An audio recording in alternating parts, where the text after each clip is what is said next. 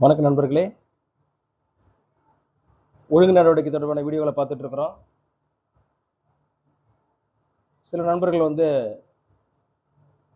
தற்காலிக பணி நீக்கம் விலக்கி கொள்ளிட்டோம்னா, அதை சஸ்பென்ஸ் ரிவோக் பண்ணிட்டோம்னா அடுத்தாவது நம்ம என்ன செய்யணும் அப்படின்னு சில நண்பர்கள் கேட்டிருந்தாங்க.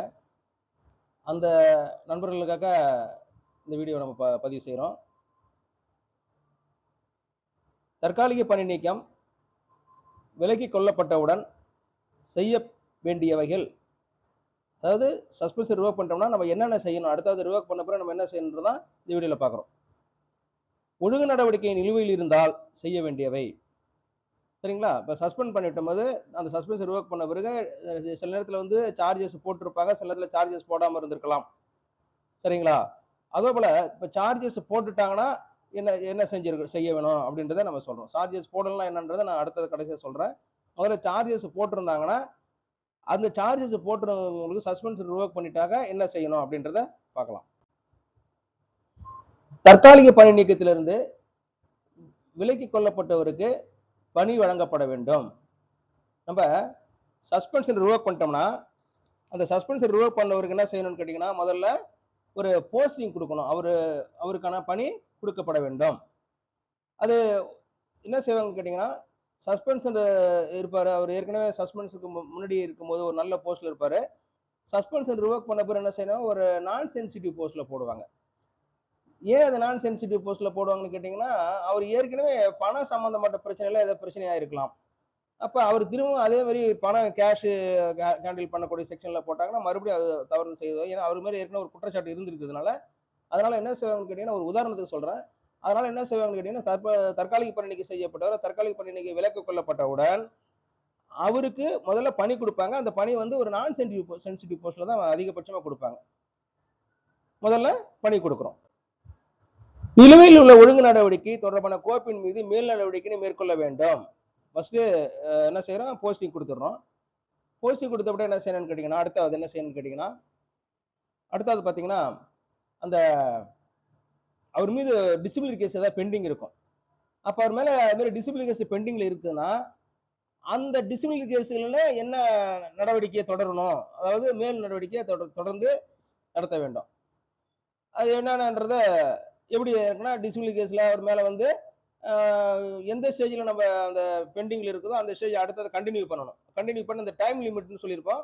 அந்த டைம் லிமிட்டுக்குள்ள நம்ம முடிக்கிறதுக்கான முடிக்க முயற்சி செய்ய வேண்டும். கண்டிப்பா முடிக்கப்பட வேண்டும். அந்த டைம் லிமிட் பத்தி சில எந்தெந்த டைம் லிமிட்ல என்னென்ன முடிக்கணும், ஒழுங்கு நடவடிக்கை 17A எவ்வளவு நாள் முடிக்கணும், 17B எவ்வளவு நாள் முடிக்கணும் ரிலேட்டடானது ஆல்ரெடி வீடியோ போட்டிருக்கேன். அந்த வீடியோ பார்த்துக்கங்க. அதனால அந்த டைம் லிமிட்டை தாண்டாம பார்க்கணும்னா நம்ம என்ன செய்யணும்னா அந்த ஒழுங்கு நடவடிக்கை தொடர்ந்து நடத்த வேண்டும். அதுல எந்த ஸ்டேஜ்ல பெண்டிங் இருக்கோ அந்த ஸ்டேஜ்ல நம்ம தொடர்ந்து நடத்தணும்னு சொல்லியிருக்கிறோம். இப்ப ஒருத்தருக்கு என்ன பண்ணிருப்போம், சஸ்பெண்ட் பண்ணிருப்போம். சஸ்பெண்ட் பண்ணிட்டு நம்ம சார்ஜஸ் போடாம இருந்திருப்போம். சரிங்களா? சார்ஜஸ் போடல அப்படின்னு சொன்னா என்ன செஞ்சோம்னா, முதல்ல சார்ஜஸ் போட்டுறணும். சரிங்களா? முதல்ல ஒரு சஸ்பென்ஷன் நம்ம ரிவோக் பண்ணிட்டா கூட என்ன செய்யணும்னா, சார்ஜஸ் போடாம தான் ஃபர்ஸ்ட் சார்ஜஸ் போட்டுறணும்.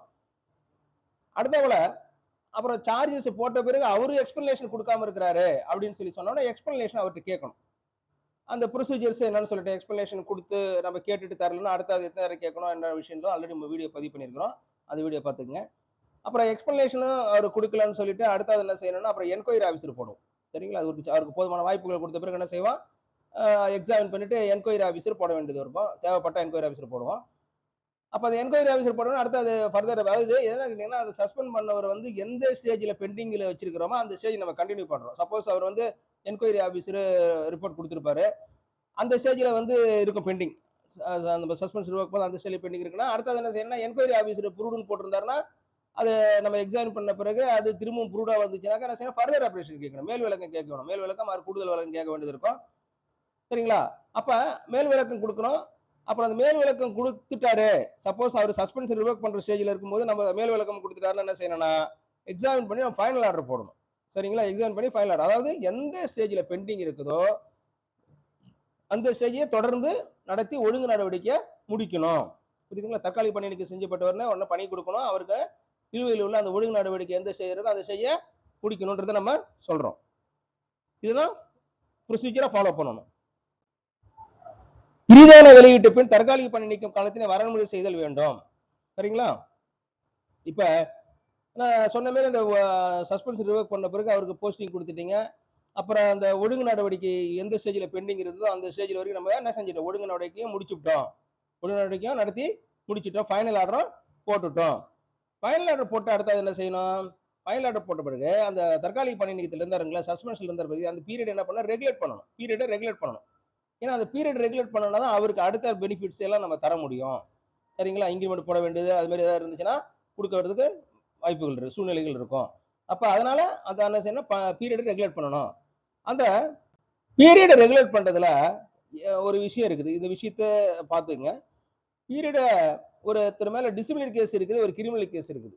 டிசிப்ளினரி கேஸ் இருக்கு, கிரிமினல் கேஸ் இருக்குன்னா என்ன சொல்றாங்கன்னு கேட்டீங்கன்னா, இப்ப டிவார்மெண்டல் கேஸ்ல வந்து நம்ம ஒரு ஃபைனல் ஆர்டர் போட்டாச்சு, ஃபைனல் ஆர்டர் முடிவு பண்ணி போட்டோம். ஆனா கிரிமினல் கேஸ் பெண்டிங் இருக்குது, அவர் மேல உள்ள அந்த குற்றவியல் வழக்கு நிலுவையில் இருக்கு. அப்ப அது மாதிரி குற்றவியல் வழக்கு நிலுவையில் இருக்குனால நம்ம பீரியட் ரெகுலேட் பண்ணலாமானா ரெகுலேட் பண்ண முடியாது. அதே போல குற்றவியல் வழக்கு முடிஞ்சிருச்சு, கிரிமினல் கேஸ் முடிஞ்சிருச்சு, ஆனா டிபார்ட்மெண்ட் ஆக்ஷன் எடுத்து அந்த டிபார்ட்மெண்ட் கேஸ் பெண்டிங் இருக்கு, ஏதோ ஒரு காரணத்துல பெண்டிங் இருக்குனாக்க அப்ப அதுவே நிலுவையில் இருக்கும் போது அப்ப அந்த பணி தற்காலிக பணி நீக்கத்தை வரன்முறை செய்யலாமானா தற்காலிக பணி நீக்கத்தை என்ன செய்ய முடியாது, வரன்முறை செய்ய முடியாது. என்ன இதுல இருந்து என்ன தெரிய வருதுன்னு கேட்டீங்கன்னா, தற்காலிக பணி நீக்கத்தை வரன்முறைப்படுத்த ஒழுங்கு நடவடிக்கை மற்றும் குற்றவியல் வழக்கு இரண்டிலும் முடிவு எடுத்த பிறகுதான் வரன்முறைப்படுத்த வேண்டும். புரிஞ்சுங்களா? இப்ப எது ஒண்ணு பெண்டிங்ல இருந்தாலும் என்ன செய்ய முடியாது, அதாவது டிபார்ட்மெண்ட் ஆக்ஷன் இருந்தாலும் அல்லது கிரிமினல் அல்லது கிரிமினல் கேஸ் இருந்தாலுமே, ரெண்டுமே இருந்தாலும் ரெண்டுல எது பெண்டிங் இருந்தாலுமே என்ன செய்ய முடியாது, ரெண்டுல ஏதாவது ஒண்ணு பெண்டிங் இருந்தாலுமே அந்த பீரியடை ரெகுலேட் பண்ண முடியாது. அப்ப என்ன செய்யணும்னு கேட்டீங்கன்னா, ரெண்டையும் முடிஞ்ச பிறகுதான் அந்த பீரியடை ரெகுலேட் பண்ண வேண்டும். புரியுதுங்களா? இதுதான் ப்ரொசீஜர், இதுதான். இரண்டில் ஏதேனும் ஒன்று நிலுவையில் இருந்தாலும் வரன்முறை செய்யக்கூடாது. அடுத்தது இப்ப பீரியட் ரெகுலேட் பண்ணிட்டீங்க, சரிங்களா? இப்ப பீரியட் ஃபர்ஸ்ட் என்ன செஞ்சீங்க, போஸ்டிங் கொடுத்தீங்க, அப்புறம் பீரியட் ரெகுலேட் பண்ணிட்டீங்க.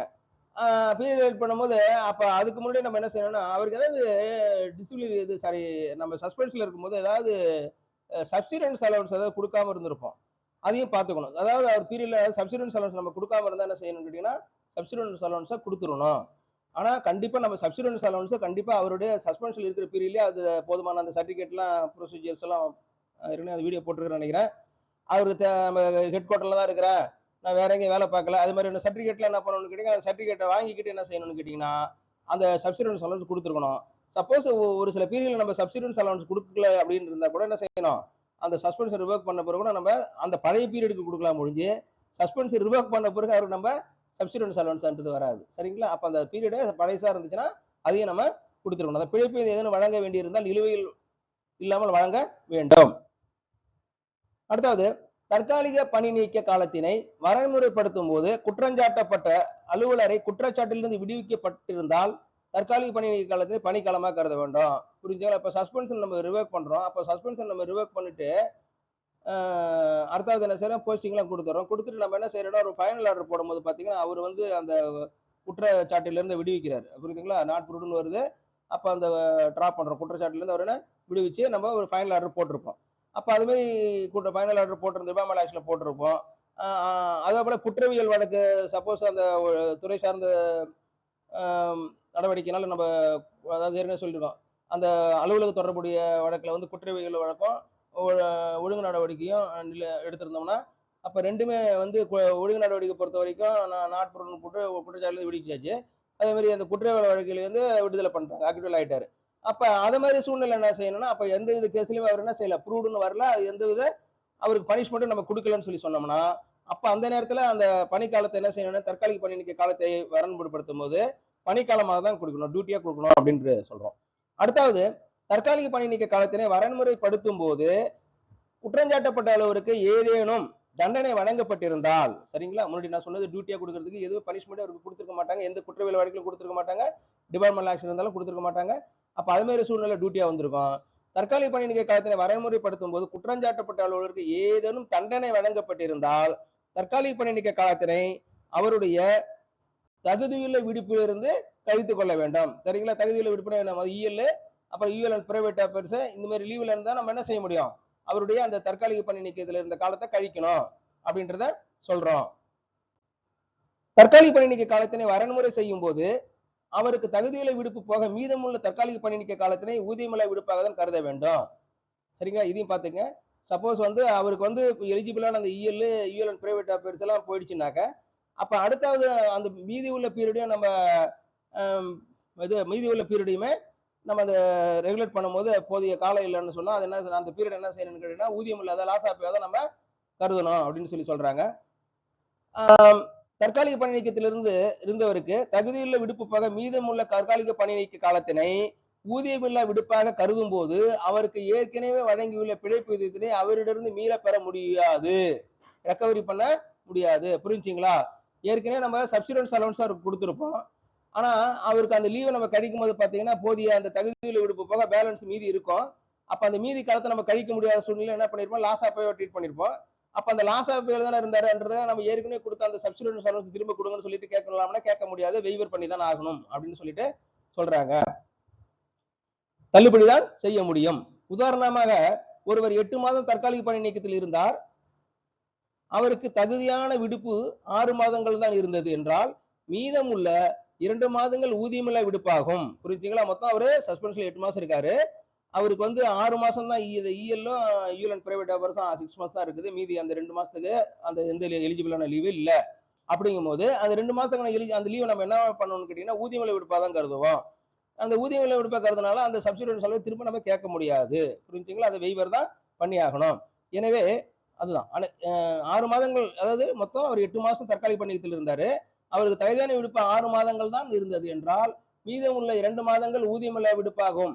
எனவே அவருக்கு வழங்கப்பட்ட பிழைப்பு ஊதியத்தினை தள்ளுபடி தான் செய்ய வேண்டும்.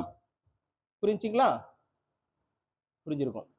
தற்காலிக பணி நீக்கத்தில் உள்ள போது ஒருவர் இறந்து விட்டால், தற்காலிக பணி நீக்கத்தில் இருக்கும்போது ஒருத்தர் இறந்துட்டார்னா அவரது தற்காலிக பணி நீக்க காலத்தினை பணிக்காலமாக கருதி அவருக்கு சேர வேண்டிய பண பலன்களை வழங்கப்பட வேண்டும். ஒருத்தர் இறந்துட்டாருன்னா சரிங்களா, எந்த ஸ்டேஜில் இருக்காருனோ ஃபைனல் ஆர்டர் இஷ்யூ பண்றதுக்கு முன்னாடி, ஃபைனல் ஆர்டர் அவர் ரிசீவ் பண்றதுக்கு முன்னாடி இறந்துட்டாருன்னா அப்ப நம்ம என்ன செய்வோம்னு கேட்டீங்கன்னா அந்த ஒழுங்கு நடவடிக்கை பொறுத்த வரைக்கும் அபேட்மெண்ட் ஆர்டர் தான் போடுவோம். அந்த ஒழுங்கு நடவடிக்கை தணிவிக்கை ஆணை அபேட்மெண்ட் ஆர்டர் தான் நம்ம போடுவோம்.